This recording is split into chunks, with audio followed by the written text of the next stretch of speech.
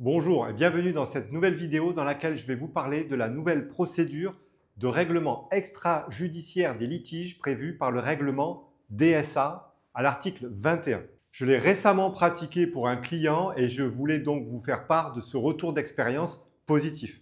Cette procédure s'adresse à tous ceux qui ont un litige avec une plateforme, comme par exemple avec YouTube, Google, TikTok, Instagram, Facebook ou LinkedIn, soit parce que la plateforme a refusé de supprimer un contenu, soit parce que votre contenu ou votre compte a été supprimé et que vous contestez la décision de la plateforme.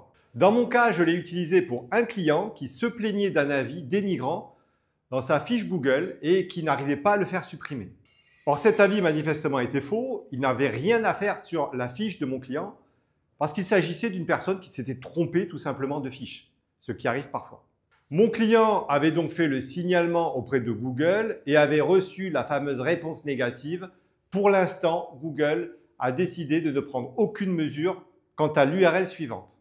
Lorsqu'on reçoit une telle réponse, il est possible de faire appel de la décision auprès de la plateforme.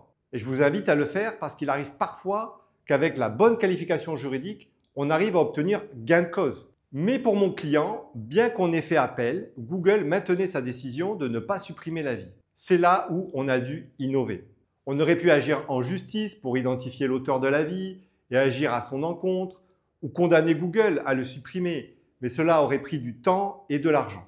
On a donc utilisé cette nouvelle procédure de règlement des litiges prévue à l'article 21 du règlement DSA. C'est une procédure qui est gratuite ou quasi gratuite selon les organes, 5 ou 10 euros, et qui est effectuée donc devant une sorte d'arbitre, de médiateur qui est certifié indépendant et compétent pour régler ce type de litige.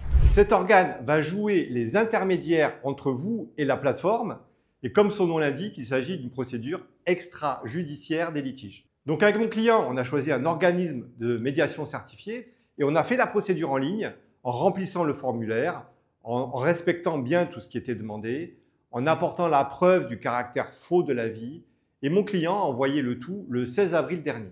Comme on n'avait pas de réponse, mon client a relancé l'organisme et finalement, le 7 juillet dernier, il a reçu la décision du médiateur qui prend acte de la décision de Google de supprimer l'avis.